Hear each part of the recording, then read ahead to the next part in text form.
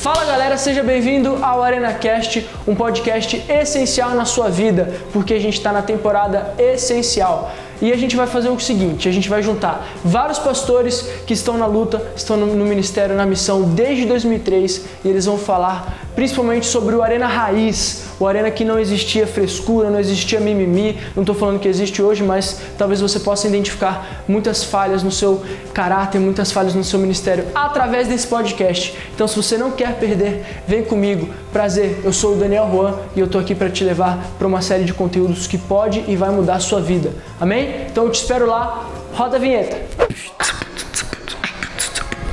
Gostou?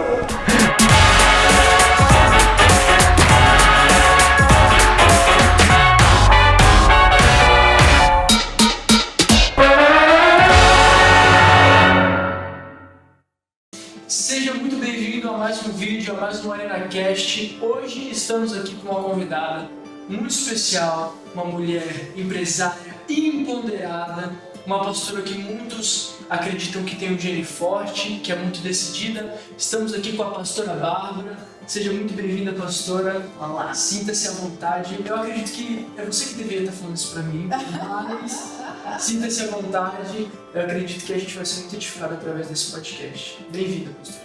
Muito obrigada pelo convite, de estar aqui. E vamos que vamos. Vamos que vamos. Pastora, eu quero te perguntar, a gente está aqui justamente para extrair sabedoria da sua vida, da sua história, da sua caminhada. E eu gosto de fazer a mesma pergunta, a primeira pergunta para todos os pastores e bispos que estão aqui. Como que você se converteu? Qual que é o seu testemunho? Conta um pouco da sua história.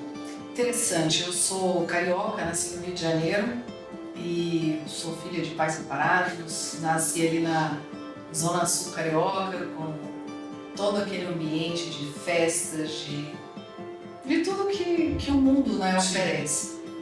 Fui mãe muito jovem, fui mãe aos 14 anos, o que foi uma experiência que, por um lado, foi muito forte, muito traumatizante, mas, ao mesmo tempo, foi um chacoalhão onde eu tive que parar e refletir que aquela forma de viver não estava me levando a construir os sonhos que eu tinha para minha vida. Minha família veio morar em Brasília e, enfim, foram embora depois e eu acabei ficando só. E eu estava vivendo um dos momentos mais difíceis da minha vida. Externamente ninguém teria coragem talvez de pregar para mim, porque eu não parecia uma pessoa que precisasse de ajuda. Mas eu estava vivendo um momento mais difícil da minha vida e um corajoso teve essa coragem de me convidar e ali começa todo um processo de conhecer a Deus, de se conhecer, de rever, de ressignificar a sua história. Aconteceu tanta coisa nesse processo de conversão inicial.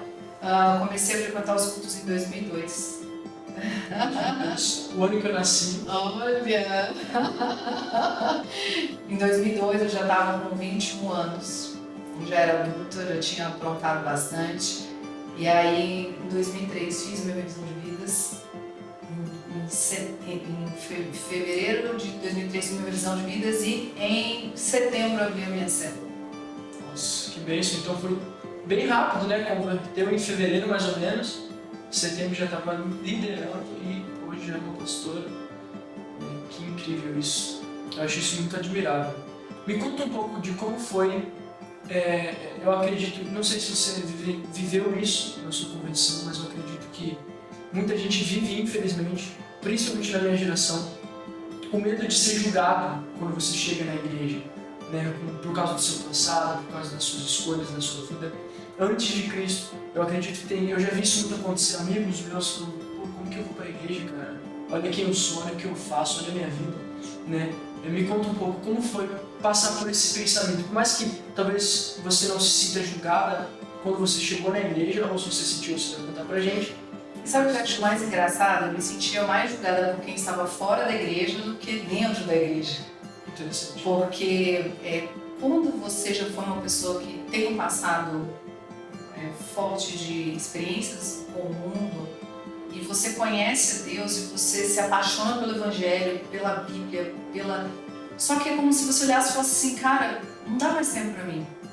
Como é que eu vou fazer tudo de novo? Como é que eu vou tipo assim, consertar tantos anos de erro, tantas coisas. Então, assim, o meu primeiro sentimento foi de, cara, eu sou suja, eu sou inadequada, não tem como eu consertar isso mais. Você falou uma coisa que eu achei interessante, eu tinha um sentimento, como eu tinha uma filha, né, eu era uma mãe solteira, né, essa era a minha realidade, eu falava assim, cara, que homem de Deus de verdade, um cara que ame a Deus, vai querer casar comigo? Interessante. Por quê? Porque ele vai querer uma moça como ele, que teve uma história de que se guardou, sabe, então esse sentimento de inadequação, ele no início da minha conversão, ele foi muito forte. E veja, não pelas pessoas da igreja, por um pensamento meu, que já estava ali dentro, Sim. e das pessoas de fora. Porque quando você começa a vir para a igreja, você fala, agora você quer consertar isso? Agora você é a santinha, então. Então agora você... Então o que você vai fazer? Você vai apagar tudo que você já fez agora? E é muito interessante porque o que de fato muda a nossa vida é a experiência que a gente tem com Deus. E eu me lembro de estar em crise real com isso, assim, de me sentir indigna de Deus. E na verdade todos nós somos, né? E Deus assim, de ter aquela plena convicção recebida de Deus de que foi justamente para pessoas como eu que Ele morreu. E que isso era nascer de novo. Nascer de novo. Bonitinho.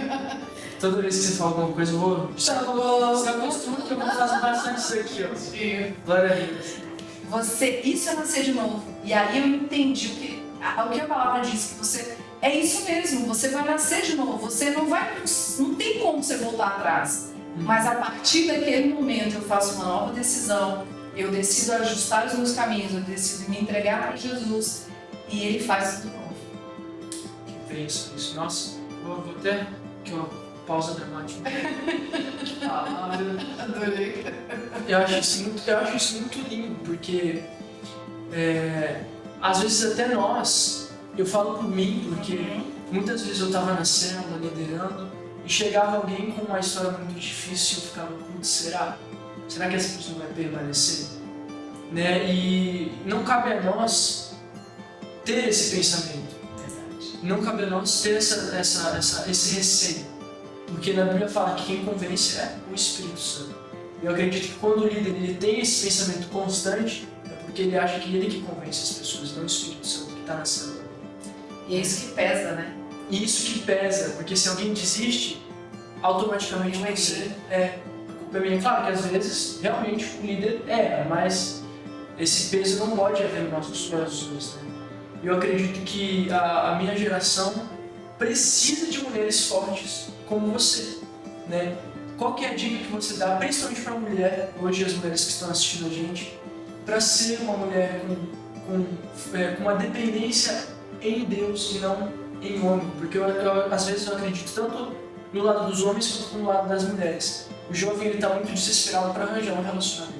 Está desesperado para começar. Eu era desesperado para começar a namorar. Hoje eu namoro. Um beijo pra Duda, te amo, linda, maravilhosa. Eu já falo, certeza que ele tá dando mole por aí, que alguma esperta já. Não, misericórdia. Mas hoje eu namoro, mas eu entendo que quando eu era jovem eu falava, não, preciso arranjar uma namorada, porque não existe vida se ele tá namorando. Porque né? às vezes você acha que tem alguma coisa faltando. Isso. Né? Então qual que é a dica que você dá, tanto pra mulher quanto pro homem, sobre isso, sobre relacionamento?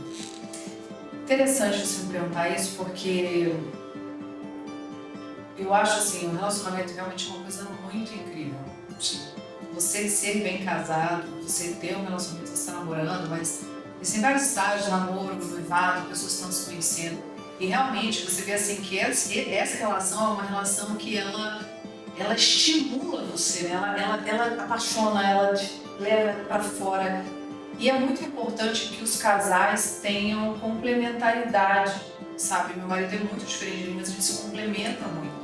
Só que são coisas que é bom, ajuda.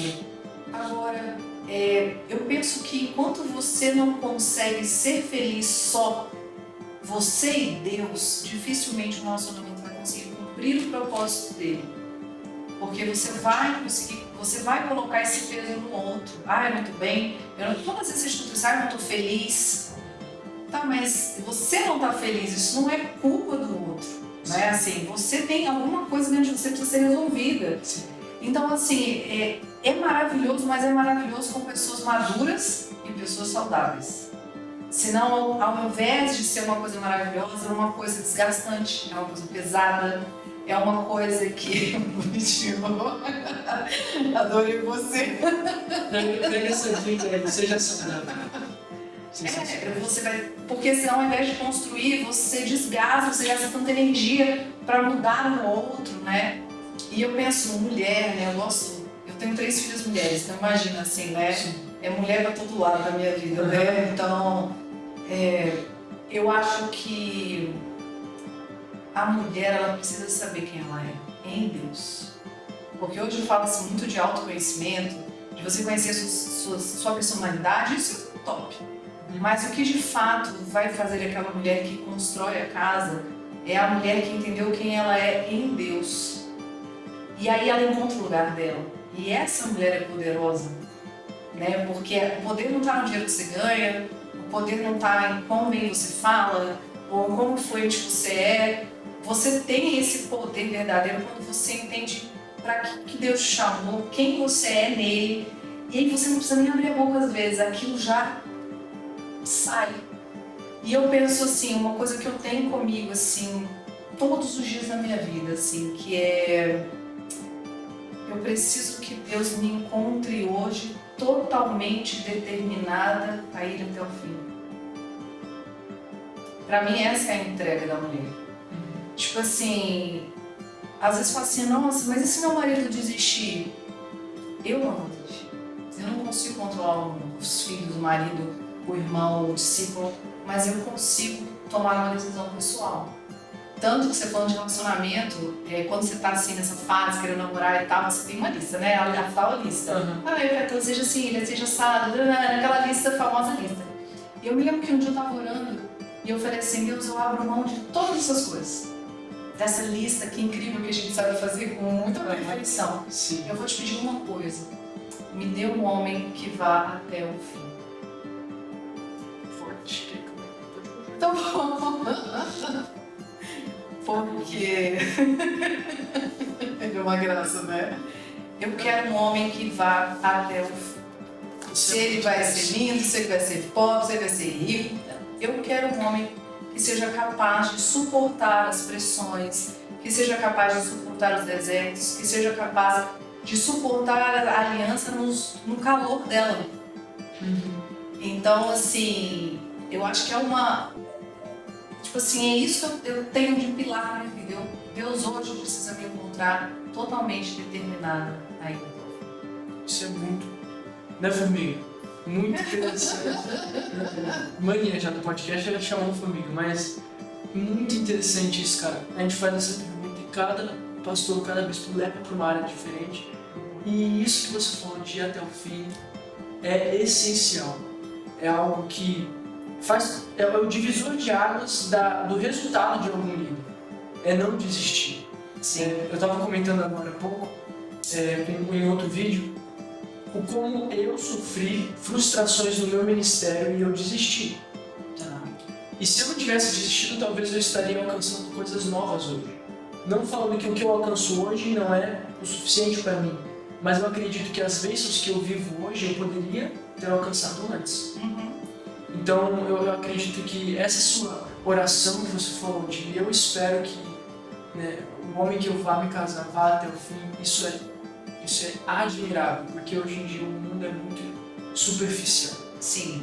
Eu quero isso, eu quero uma menina bonita, eu quero que tenha, sei lá, vamos exagerar um pouco, vários seguidores no Instagram, seja estiloso, que seja bonitinho, que cante bem, que isso, que aquilo, mas a verdadeira importância na sua intimidade com Deus, uma coisa que meu pai me falou, eu sempre falo, meu pai me falou, minha mãe me falou, mas é uma coisa que marcou o meu relacionamento com a minha namorada, que é o seguinte, que eu não posso confiar na aliança que ela tem comigo, eu preciso confiar na aliança que ela tem com Deus, porque se ela tiver aliança com Deus, consequentemente ela vai ter aliança comigo, e a mesma coisa é ela comigo, então isso é tipo assim, eu fico abismado com esse tipo de maturidade que vocês da sua geração têm, esse é o objetivo desse podcast, trazer essa maturidade pra gente, trazer esse conhecimento pra gente. Eu fico muito grato de estar aqui. Falando uma coisa, eu acho interessante, você falou isso, né?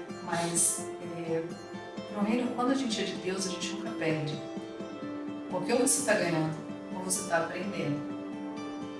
Interessante, né? E você falou uma coisa fantástica. Você falou assim, cara, eu entendi que porque eu desisti, algumas coisas atrasaram. Sim. Só que você ganhou, você aprendeu. E você aprendeu isso muito jovem. Você é muito novo. Sim. Então, eu tenho certeza que a partir desse momento, quando você passar uma situação que você se sinta toda a vontade de desistir, porque nós sentimos isso, até mais velhos, bem mais velhos, você aprendeu.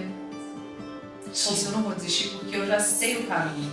Só que você aprendeu isso tão novo que você tem a vida toda pela frente. Exato. Vai ser um sucesso absoluto. Amém. Glória a Deus. Nossa, mas isso que você falou agora fez assim na minha cabeça. Explodiu minha cabeça, porque eu nunca tinha pensado nisso. Com o reino de Deus, você nunca perde nada. Isso é incrível, eu nunca tinha pensado nisso. De verdade, eu vou usar isso aí. Eu falo assim, a pastora Bárbara me falou isso, isso e aquilo. Enfim, vou usar isso. Quando a gente é de Deus, é engraçado, né? Aonde você está em família. A gente não se conhecia, a gente acabou de se conhecer, né? Agora a gente já se conhece muito. Isso, Tipo assim. isso que é legal. Aí você vai lá, você tá lá em São Paulo, você tá lá no Rio, você encontra alguém que é da família de Deus. Cara, você tá em família, você precisa de 5 minutos. Pra gente se familiarizar, já ficar em paz. Tá sendo uma experiência única aqui. Eu tô só conversando com gente incrível, de verdade. Tô gostando cada vez mais. Eu e a Formiga, a gente tá cada vez mais aprendendo. Pastora, você falou um pouco sobre as mulheres, o que elas têm que pensar. E para os homens, o que você acha que uma mulher de Deus, o que o homem ele tem que ter? Assim, por exemplo, ninguém quer, por exemplo, uma mulher de Deus, obviamente. Ninguém quer ter um relacionamento com um cara que é todo folgado na vida, que não pensa no futuro. Mas o que você acha que é essencial, além dessa característica de você falou, de ir até o fim em um homem de Deus? Eu acho que uma mulher de Deus ela é capaz de suportar muitas coisas. Mais do que os homens realmente imaginam que ela seja capaz. Recentemente eu fiz um noivado e a mãe da menina, né, que conhece a família toda, ele chegou pra mim e falou, pastora, você acha que ela tá pronta pra casar? Aí eu, certeza que não. Aí ela começou a rir, mas ela aliviou. Você estava pronta? Tá pronta que eu digo assim, porque a gente tem uma expectativa que a pessoa vai saber tudo que ela tem que fazer.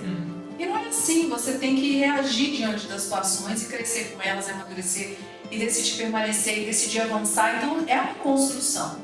Então eu acho assim que uma mulher de Deus, ela está disposta a suportar muita coisa.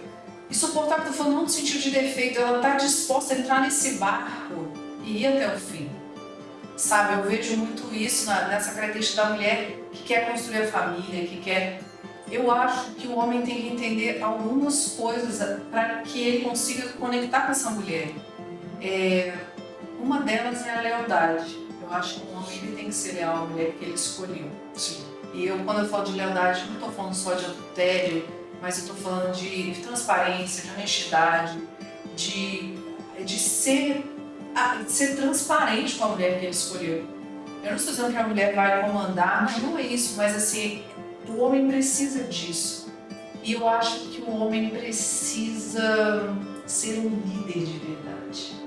Porque às vezes eu vejo que os meninos são às vezes imaturos e eles chegam em casa e dizem, cara, eu sou homem, eu mando, me obedece. E ela pode até obedecer naquele momento, porque ela está ali entendendo aquele papel.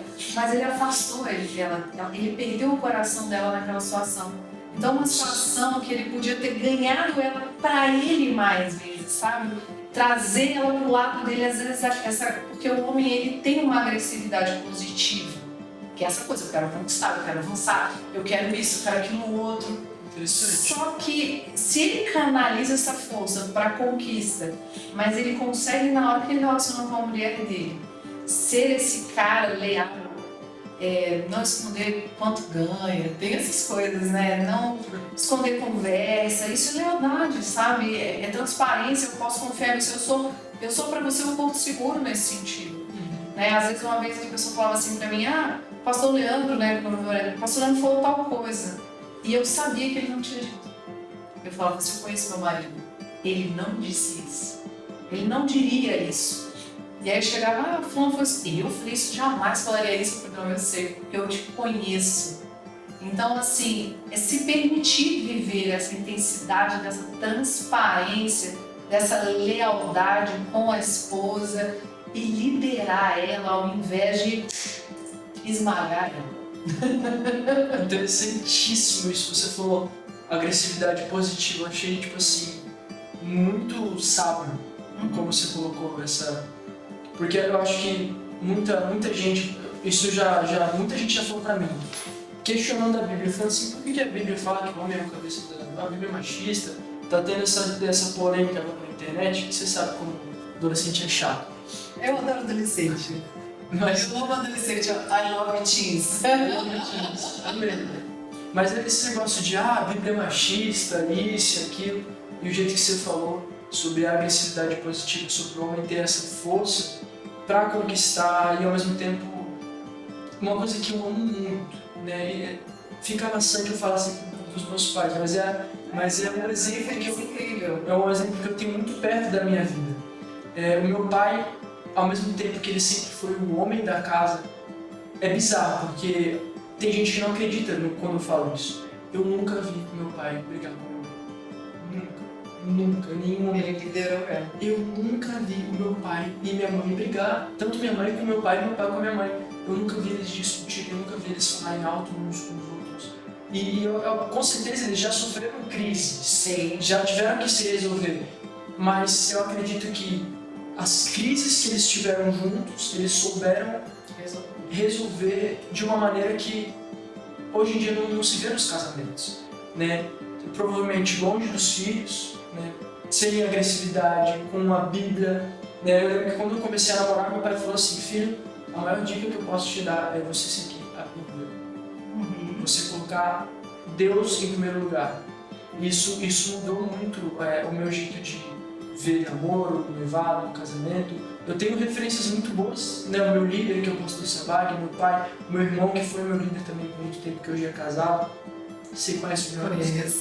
Então, eu vejo pessoas assim, maravilhosas. Eu tenho minha irmã mais velha, Cidinha, que também é casada, tem duas netas não. Duas filhas. Pais têm netos. Exatamente. E eu olho isso e eu fico assim, eu fico com o coração com muita esperança. Eu falo, caraca, Deus tem isso pra mim. Deus tem essa promessa pra mim. E eu quero agora fazer uma pergunta que também voltada no relacionamento, que eu acho que eu gostei sobre relacionamento. Eu já vi que tem muita sabedoria nessa área. Mas uma pergunta um pouco mais polêmica, que eu quero saber a sua opinião. Tá bom, vamos lá. É a primeira pergunta polêmica de todo o podcast. Ixi. Exatamente. Pastor, o que você acha de um líder ou uma líder que começa a namorar com uma pessoa que não está na igreja, que não está envolvida no ministério? Você acha que isso é saudável? Qual é o conselho que você dá como mulher, como pastora, como discípula? Eu acho que essa pessoa, ela está colocando o desafio do relacionamento no limite. Eu conheço pessoas que conseguiram trazer a pessoa e se tornar e conseguiram andar junto, mas é um risco muito grande. Se você me perguntasse, você arriscaria? Não. Eu não arrisquei, porque eu já tinha vindo do muito. E eu sabia que lá era um lugar que eu não queria estar nunca mais. Sim, interessante. Então, tipo assim, se você perguntasse, quando eu entrei nessa fase de querer namorar e querer casar, isso foi uma coisa pra mim, já, tipo assim, isso eu não vou arriscar. Então, assim, e a Bíblia, ela fala uma coisa interessante, ela fala sobre o jugo desigual. Então, se você parar pra pensar, tipo assim, o que faz um relacionamento dar certo? Estarmos indo pro mesmo lugar. Interessante. Então, quando você vai, antes de namorar alguém, por exemplo, antes de eu começar a namorar meu marido, eu tive uma conversa com ele, o que ele queria da vida. Então, assim, eu tinha certas coisas que eu queria, por exemplo, eu queria ter muitos filhos. As pessoas não conversam sobre isso. Verdade. Aí chega no casamento, aí um quer ter filho, o outro não quer ter. É uma crise irresolvível. Sim. Alguém vai sair machucado, frustrado nessa história. Então eu queria ter muitos filhos, eu queria ser pastora, na época era uma ministério, eu já tinha isso em mente, eu queria construir um ministério. meu marido queria a mesma coisa.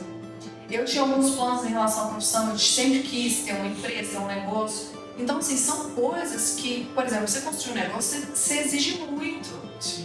Então, assim, se ele quisesse uma mulher que fosse ficar em casa, cuidar dele, dos filhos, da casa, a gente já teria uma dificuldade gigantesca. Então, assim, a pessoa coloca um desafio com pouca sustentação. Pode acontecer? Claro que pode. Mas eu acho que, como a gente está falando da segunda decisão mais importante da nossa vida, eu arriscaria o mínimo possível. Ou eu, se fosse assim, mas é uma pessoa incrível, então deixa ele vir primeiro. Se guarda, porque aí eu lhe diz uma coisa: não desperte o amor antes que seja a hora. Não desperte o amor antes que ele te queira. Momento 4. Aplaudi de pé, levanta aí a tua. Então, assim, quem está na igreja, se ela está nessa condição de querer a pessoa a qualquer preço, ela já despertou o amor antes que a outra quisesse. E veja só, eu já escutei muito isso, você já deve ter escutado também. Pastora, mas ele é perfeito. Só falta Jesus. Não, minha filha, se falta Jesus, falta tudo. Falta tudo. Falta tudo. Então, assim, essa inversão de valores, sabe? O que é perfeito? Né? Assim, o que é tudo? Para mim, tudo é Jesus. Então, assim, se eu acho que essa pessoa tem um futuro e tal, deixa também. Se for de Deus, ele vai converter, ele vai vir, ele vai agregar, algo vai acontecer e aí você embarca num barco que não tem chance de furar. Isso é minha opinião, né? Até parece que você já falou muitas vezes isso para muitos discípulos, né? Eu acho que é um assunto muito recorrente, porque eu acho que, principalmente com jovens, como você falou muito bem, essa ansiedade de se completar. Porque, de fato, olha só, veja só, o jovem, ele não está completo. Ele está numa fase de formação. Então, ele nem sabe o que falta. Não é tipo assim. Ele sabe que ele não está ali ainda totalmente pronto, ele está em formação. E como a cultura nossa diz que você precisa namorar, você precisa estar com alguém, se você não está com alguém, alguma coisa está errada com você, é difícil você não absorver isso. Exato. E fora que os hormônios estão ali, e assim, né? É uma fase de muito relacionamento, de muita festa, de muito evento. Faz parte, eu acho ruim, eu acho saudável, eu acho bonito, eu gosto de assistir o processo. Né? Eu tô com uma filha que está com 10 anos e ela já está começando a entrar numa pré-adolescência. Eu acho o máximo. Eu acho muito bonito mesmo, assim. Eu acho que assim, uma adolescência vivida em Deus é coisa maravilhosa. Sim, exato. Eu tive o privilégio de... Eu me converti... Eu tomei a decisão de viver para Jesus com 17 anos, 2 anos atrás. Mas eu tive a primeira experiência com Deus com 13. Com 13 anos de idade. E uma coisa que queimou no meu coração foi quando eu vim aqui em Brasília. Com 13 anos de idade, fiz um treinamento que estava tendo na Ceilândia, você deve lembrar. E eu tive a minha adolescência muito guardada. Sim. Porque eu lembro que eu não sentia vontade de beber, não sentia vontade de fumar. Nunca bebi, nunca fumei.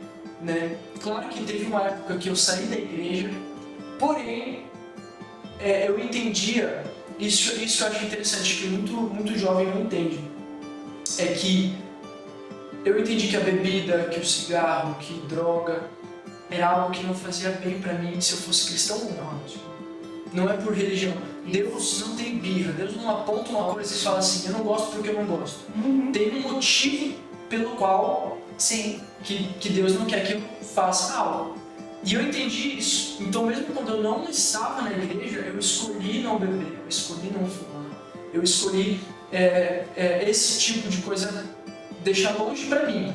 Claro que em algumas áreas da minha vida eu vivi completamente ao contrário, mas eu acho muito interessante isso. E para finalizar o meu raciocínio sobre isso, eu como jovem, eu achava que a minha vida só daria continuidade quando eu tivesse alguém comigo, quando eu fosse compromissado com alguém, quando eu tivesse um namoro. E eu achava que esse era o próximo passo.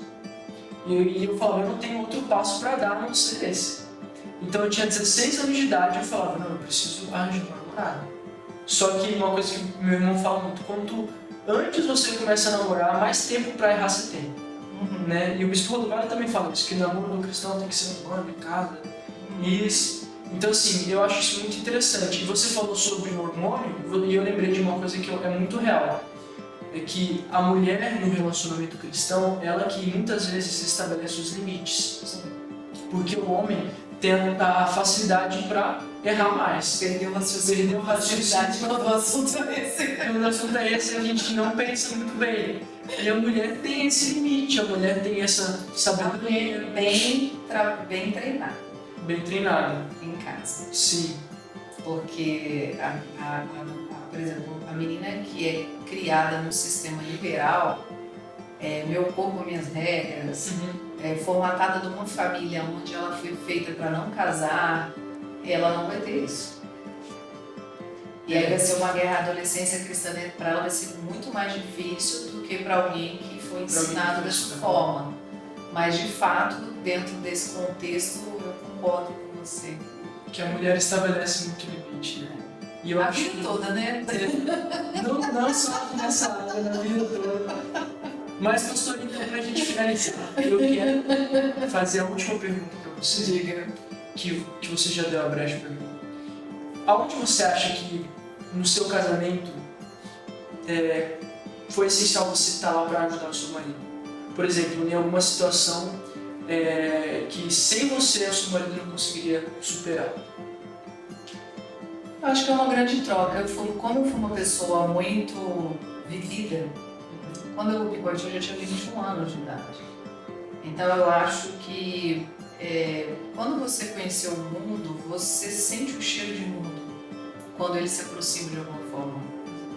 Lembra que eu falei que eu falava assim, cara, como é que um homem sério vai me levar, vai casar com uma mulher como eu? Mas Deus, ele é tão perfeito na forma como ele faz as coisas, como ele constrói as coisas, que eu me casei com um homem muito de Deus, um homem que foi criado no lar evangélico, que não conheceu o mundo, que não conheceu o pecado.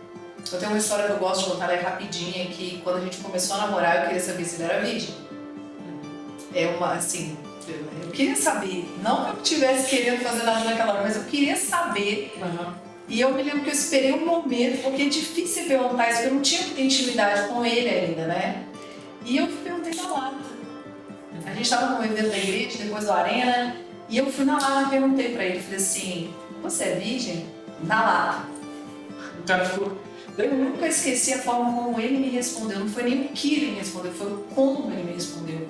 Ele olhou pra mim muito sério, ele ficou sério, ele não ficou com raiva, ele ficou sério. Ele olhou pra minha cara assim, falou assim, lógico. Legal. Aí eu falei, caracas, você entendeu? Tipo assim, Tá como você pode imaginar que eu, que conheço o evangelho da minha vida inteira, poderia negociar isso? Então, assim, quando ele falou aquilo, a minha ficha caiu.